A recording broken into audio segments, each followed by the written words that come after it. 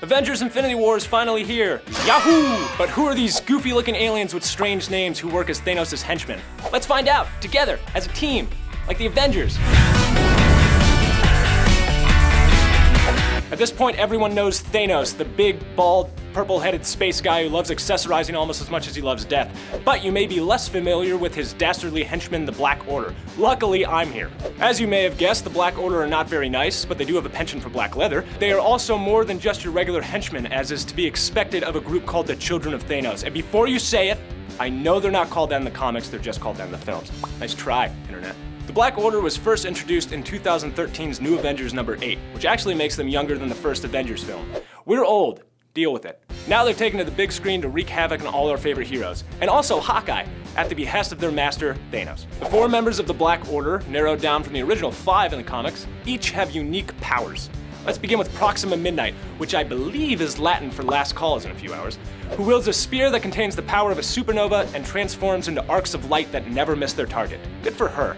It's not always brute force that wins the day, however, so that's when Scandinavian death metal band and Thanos' resident super genius, Ebony Maw, turns out to be the guy to go to. Sure, he may not have a nose and he looks like an evil version of one of the California Raisins, but what he lacks in olfactory senses and good looks, he makes up for in powers of the mind. As such, he's the perfect man, alien prune, to take down the Avengers' favorite magician, Doctor Strange. Up next, how does a towering behemoth with superhuman strength and impenetrable skin sound? Are you still on the fence? Did I mention that his name is Cull Obsidian? Sure, his name was originally Black Dwarf, but the filmmakers made the wise decision of swapping it out for the aforementioned moniker, which, incidentally, is another name for the entire Black Order in the comics. Yeah, I know that. And they gave the role to Terry Notary, a man who has played King Kong, so he knows a thing or two about playing massive ass-kicking monsters. Finally, we come to Corvus Glaive, who kind of sounds like one of those $29 15-blade razors that they keep locked up at CVS. Glaive is Thanos' key general, having sold his soul to the Purple Eggman in exchange for a pursuit of glory. We've all been there, right? Just kidding, boss. What does that mean? Nothing. I love this job, it's great.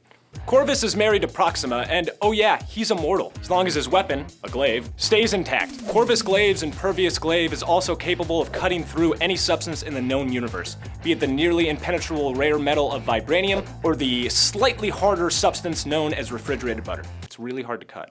Left off the list for the film is Supergiant, who, despite the name, isn't really all that big. A possible reason for leaving Supergiant on the cutting room floor is that, much like Voldemort cosplayer Ebony Maw, she counts mind control as one of her powers. Sure, her flavor of infiltrating her opponent's mind is a bit different. She can possess multiple individuals at the same time, after all. The similarities were likely enough as to render 2 enemies of the mind redundant. Maybe next time, Supergiant. Well, now that you know everything about the Black Order, why don't you tell me who your favorite member is in the comments? Or you can fight it out like the Avengers.